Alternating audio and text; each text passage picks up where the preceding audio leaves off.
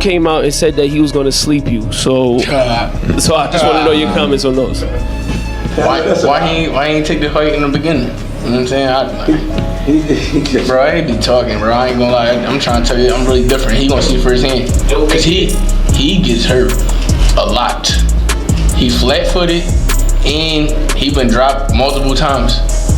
When he get hit by me, it's gonna be different. Just when it looked like Jaron Boots Ennis had silenced every doubter with his dominant stoppage of Xander Zayas, another top contender fired back. Vergil Ortiz Jr. wasted no time reacting, delivering a ruthless message aimed at both Zayas and the newly crowned champion. While criticizing Zayas' response in the closing moments of the fight, Ortiz also made an even bolder claim. He believes he's the man capable of knocking Boots out. Ortiz pointed to the clean right hands Zayas landed during the fight, arguing that if he connects with those same shots, the outcome will be very different. Confident in his own power, Ortiz insisted he wouldn't let an opportunity like that slip away, making it clear he believes he has the tools to hand Ennis his first defeat. Oscar De La Hoya took a much more balanced approach. He praised Ennis for delivering another dominant performance, describing him as a fighter operating at an elite level, while also giving Xander Zayas credit for accepting one of the toughest challenges in boxing. De La Hoya believes the loss won't define the young Puerto Rican star, predicting that the experience will ultimately help him grow and return as an even stronger fighter. What a great fight. You are a machine.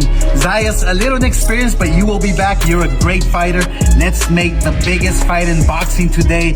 Vergil Ortiz, Boots Ennis, let's go! Fresh off his dominant stoppage of Xander Zayas, Jaron Boots Ennis made it clear that one victory isn't enough to satisfy him. Despite delivering one of the most impressive performances of his career, Ennis insists he's still chasing a higher level. Rather than responding to critics or trading words with rivals online, he says his full attention is on one goal: taking over the division and proving he's the best fighter at 154 pounds. I wasn't trying to like really rush it, you know. I knew that he a game fighter, you know. He got good fundamentals, you know. He's a solid fighter, and he was a champion for a reason. So you can't just go in there and rush it and try to get the knockout. You know, you gotta be patient, and that's what I did. So, but the second knockdown, I definitely thought he was going. I ain't gonna lie. I want to count it. I want to see the count back. Yeah. What did he get up at? 9 or 10? He was wobbly too. I felt like he was still on a knee at 9 or 10. I don't believe he was on his feet. Ennis also addressed Vergil Ortiz's recent comments, making it clear he isn't intimidated by the challenge. Instead, he questioned why the fight hadn't happened when the opportunity was there, suggesting the delays weren't coming from his side. Confident as ever, Ennis said he's ready to face any of the top names at 154 pounds, believing his skills are good enough to beat whoever steps into the opposite corner. Vergil came out and said that he was going to sleep you. So I just want to know your comments on those. Why he ain't take the fight in the beginning? You know what I'm saying? Bro, I ain't be talking, bro. I ain't gonna lie. I'm trying to tell you, I'm really different. He gonna see firsthand. Cause he gets hurt a lot. He flat-footed and he been dropped multiple times. When he get hit by me, it's gonna be different. I'm trying to tell y'all. Even after scoring multiple knockdowns and closing the show with a dominant stoppage, Jaron Boots Ennis wasn't fully satisfied with his own performance. Instead of celebrating, he gave himself only a C or C+, saying there was still plenty of room for improvement. Ennis believes he could have been faster, followed his game plan more consistently, and delivered an even cleaner performance, an attitude that shows he's chasing perfection, not just victories. My performance today, I gotta go back and watch it. I'll probably give myself probably like a C though. I know I'm way better than that, you know. Like a C+, you know. I'm way better than that, you know. I was to the corner a little bit, not too much, you know. They was telling me to do speed, and I was one shot popping, and then, you know, it's the shots that you don't see. You know, I should have been using a little bit more speed, but you know, everything is gonna be good. You know, we're gonna go back to the you know, the lab and get ready, you know, and you know, take over this division. Sharpen up.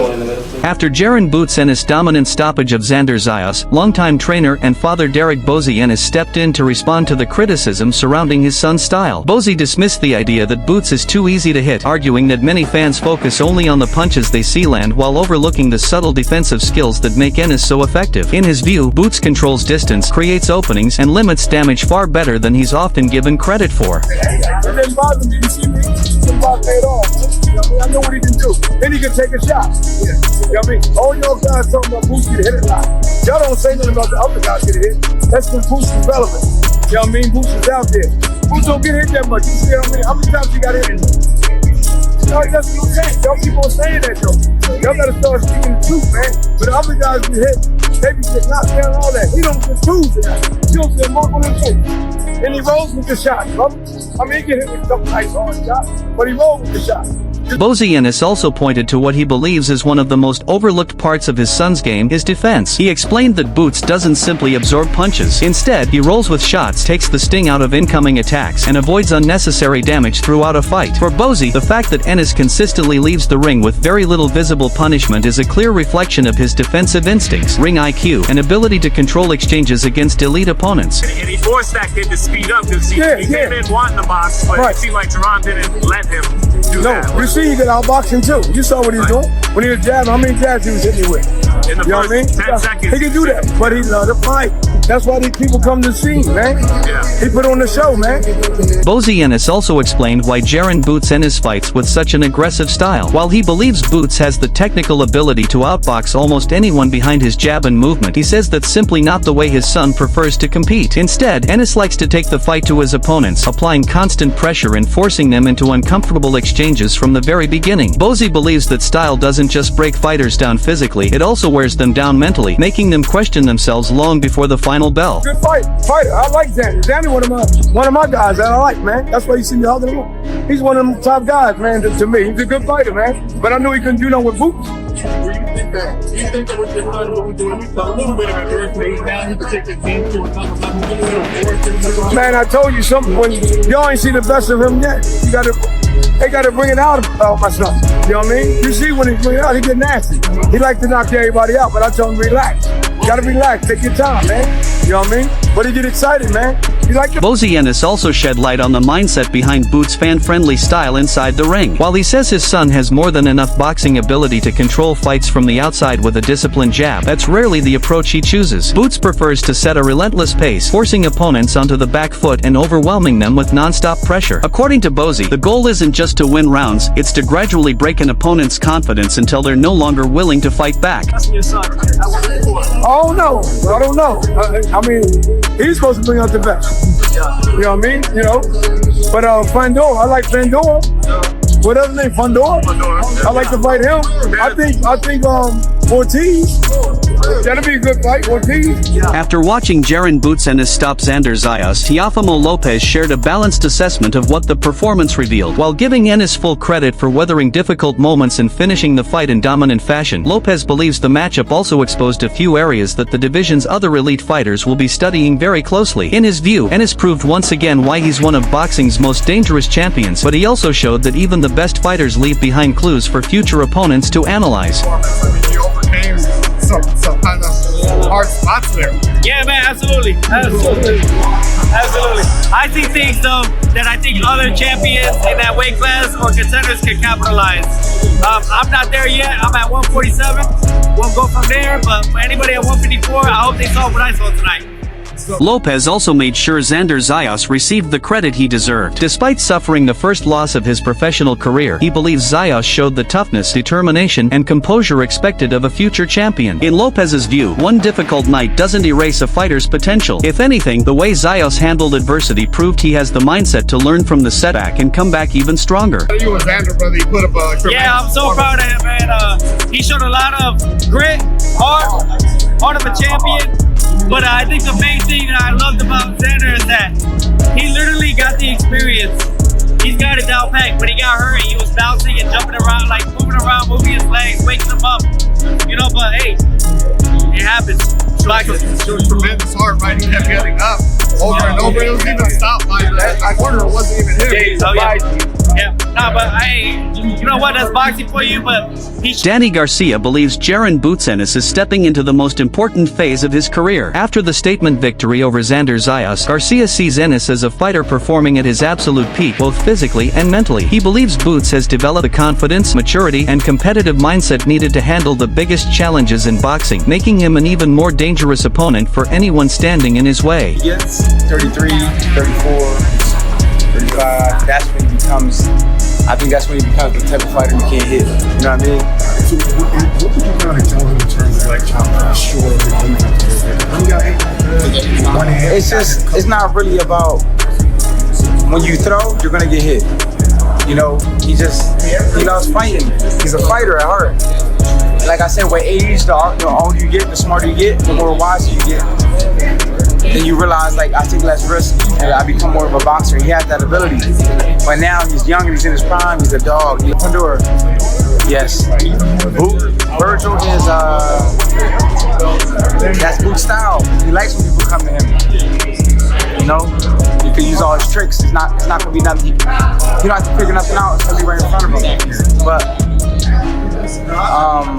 Ortiz is a warrior, so he gonna be like Xander. He gonna fight to the end. But Pandora gives anybody problems. Just cause he's 6'7", 154 pounds, southpaw. They made him in a lab somewhere. 47-pounder at one time. He was coming up, so he's like Ennis. More 147-pounders who's coming up. Guys like, it's always the guys who give you problems are the guys when you move up, they've been at that weight.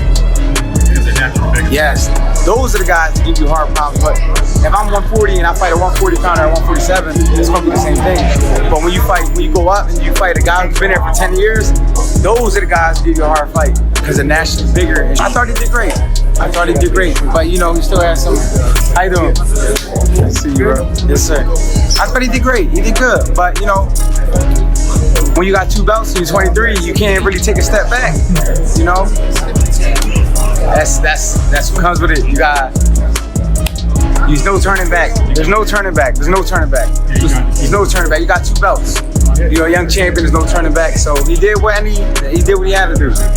Talk about the heart of Xander. I mean, he kept getting up. Even the fight was stopped by his corner. It wasn't even like he, stayed down. He just kind of nodded, seeing his corner finish it. Look, when you're a young fighter, you're gonna go out on your shield. That's why people want to see young fighters fight, because that's the type of fight you're gonna get. They don't want to see older fighters who just like some money. They want to see that. Looking beyond the Zayas victory, Danny Garcia turned his attention to what comes next for Jaron Boots Ennis at 154 pounds. Among the biggest names on his radar were Vergil Ortiz Jr. and Sebastian Fundora, 2 very different challenges with equally dangerous skill sets. Garcia noted that Fundora, in particular, presents a unique puzzle because of his extraordinary height and reach, qualities that can create problems for even the division's best fighters. Not tonight, Xander surprised me. It was a blowout, you know, but I gotta give it to Sanders, you know what I'm saying? I think that Sanders should have waited a little bit longer, you know, get more experience, and you know, and then fight Boots. It was too early, you know, but if you gotta give it to Sanders, you gotta give it to him. He got a heart of a lion, and I was surprised that they let the fight go that long, you know, because I was really concerned about him getting hurt like that. But that's boxing, you know. The corner decided to let him out. Thank God, I hope he's okay. And you know, there was times there that he could have turned it around, but I mean, tonight it was Boots night. You know what I'm saying? Your favorite Pandora or Boots? I don't know if you take, man, he had problems a lot of problems he had. Like in the 3rd round, was it right? When Xander was coming back, you know, he hurt him, and it took him about a round to come back, you know, for Boots to come back, and I think that was the round that Sanders could have won. That I really don't know. I think that Fedora will be a really tough fight for the fighter right now. But man, Fedora is like freaking like 20 feet tall, you know. So it's a very dangerous fight for Boots. We saw tonight, you know, Sanders hurt him in the 3rd round, and Boots was in big trouble. I think Vergil got more power than Sanders, so that's a very fights that as a boxing fan, as a combat sports fan that wants boxing to be great again here in America, these are the type of fights you need.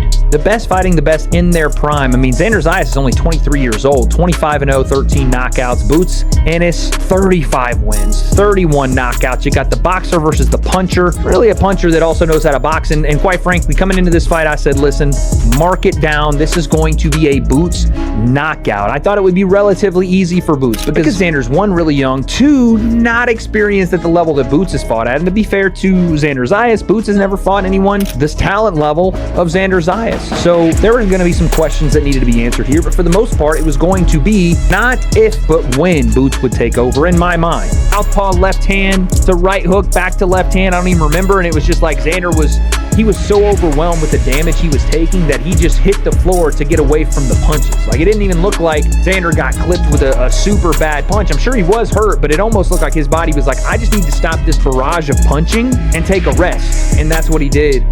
He goes down in the first round, and I was like, oh my Lord, we're going to get a first round stop. It's just going to be even easier than I thought. And shout out to Xander Zayas. He survives the round. Somehow, Xander, I mean, he's a Puerto Rican, so we know he's a tough cat. He gets out of the first round, and I thought, okay, well, this is where it goes downhill. This is where Boots Ennis snatches this fight up and then walks Xander down and knocks him out in the second round. But fair play to Xander. He survives the second round, started moving his feet more, getting his head off center line, started to catch the timing a little bit of Boots, and started to really find his way back into the fight, started to get his legs back after he got dropped in the first round.